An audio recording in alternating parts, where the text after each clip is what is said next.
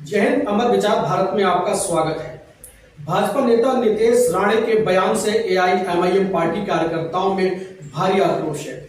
क्या कहा है नितेश राणे ने, यह भी हम आपको सुनाएंगे, लेकिन उससे पहले एआईएमआईएम नेता वारिस पठान ने नितेश राणे के जवाब में क्या कहा है, ये आपको सुनवाते हैं। ये अपना मानसिक संतुलन खो बैठे हैं, अनाप शनाप बकवास कर रहे हैं। मेरा ये मानना है कि इनका किसी मेंटल हॉस्पिटल में इनको दाखिल करके इनका इलाज कर देना चाहिए, क्योंकि जितने हैं, जितनी नीची है उतनी नीच सोच है इनकी। इस तरह से घटिया अल्फाज का इस्तेमाल करना, इस तरह की घटिया बात करना एक क्या मंत्री को शोभा देता है? हाँ, ये क्या बोल रहे हैं आपको इनको पता भी है? ये 5 टर्म के सांसद है बैरिस्टर असद ओवैसी साहब, सिटिंग सांसद है, शपथ लिए संविधान की बैठे हैं, लोगों ने उनको लाखों की संख्या में वोट देकर जिताया है, एमएलए थे, एक पार्टी के राष्ट्रीय अध्यक्ष है, और उनके बारे में और हमारी पार्टी के बारे में इस तरह की अल्फाज, बयानबाजी, फालतू बातें करना किसने अधिकार दिया इनको? कौन होती है बकवास करने वाले? मैं तो चाहूंगा कि महाराष्ट्र के मुख्यमंत्री देवेंद्र फडणवीस जी इस बात का संज्ञान लेके देखिए, आपके नफरती चिंटू इस तरह की अनाप शनाप बकवास कर रहे ऐसे इंसान के लिए, ऐसे सांसद के लिए। अरे यही वो है, इनके अब्बा के अब्बा ने जिनको असद ओवैसी साहब को ऑपरेशन सिंदूर के बाद में विश्व में भेजा था। पाकिस्तान की पोल खुल गया है पूरी तरह से हर जगह पाकिस्तान को ठुकाई किया है, पाकिस्तान की पूरी पोलें खोली है उनकी हर जगह। तो भारत सरकार जब इस आदमी को, इस प्रेसिडेंट हमारे जो असद ओवैसी साहब को इतना रिस्पेक्ट देती है, उनको बाहर भेजती है, और जो आदमी देश के लिए इतना लड़ता है, हाँ, उसके लिए आप इस तरह के अल्फाज इस्तेमाल करेंगे?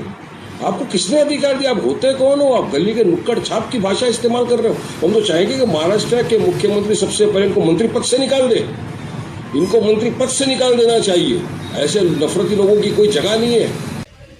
आपको बता दें कि नितेश राणे महाराष्ट्र में कणकवली निर्वाचन क्षेत्र से विधायक, उनके पिता पूर्व केंद्रीय मंत्री और भाजपा नेता। नितेश राणे अपने इसी तल्ख बयानी के लिए जाने और पहचाने जाते हैं। नितेश राणे के इस बयान से एक बड़ा सवाल पैदा हो गया है। नितेश राणे ने न सिर्फ असदुद्दीन ओवैसी और एआईएमआईएम के ऊपर उंगली उठाई है, बल्कि हमारे प्रधानमंत्री माननीय नरेंद्र मोदी की सोच पर भी उंगली उठाई है।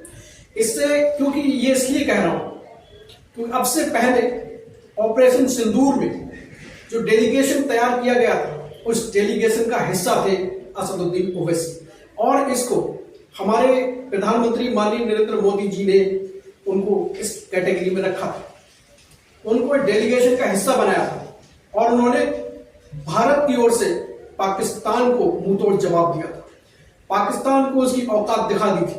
इसके साथ ही दुनिया के कई ममालिक में असदुद्दीन ओवैसी भारत की बात रखने के लिए गए, और उन्होंने दमदार और मजबूत तरीके से भारत का पक्ष रखा।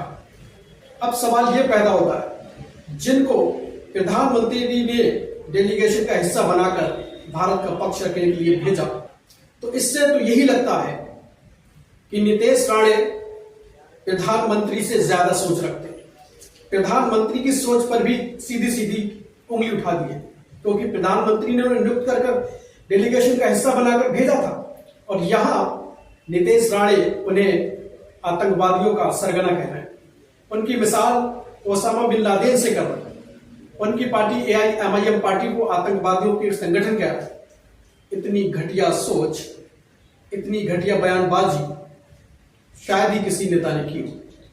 नितेश राणे ने अपनी जहनियत का पता दे दिया, तो किस तरीके से एआईएमआईएम और असदुद्दीन ओवैसी के प्रति सोच रखते हैं। साथियों, आपका इस पूरे मामले में क्या कहना है, हमें कमेंट करके जरूर बताइएगा। मैं आपके साथ मुबीन कैफ, देखते रहिए अमर विचार भारत। जय हिंद। बिन लादेन और ओवैसी में कुछ फर्क नहीं है।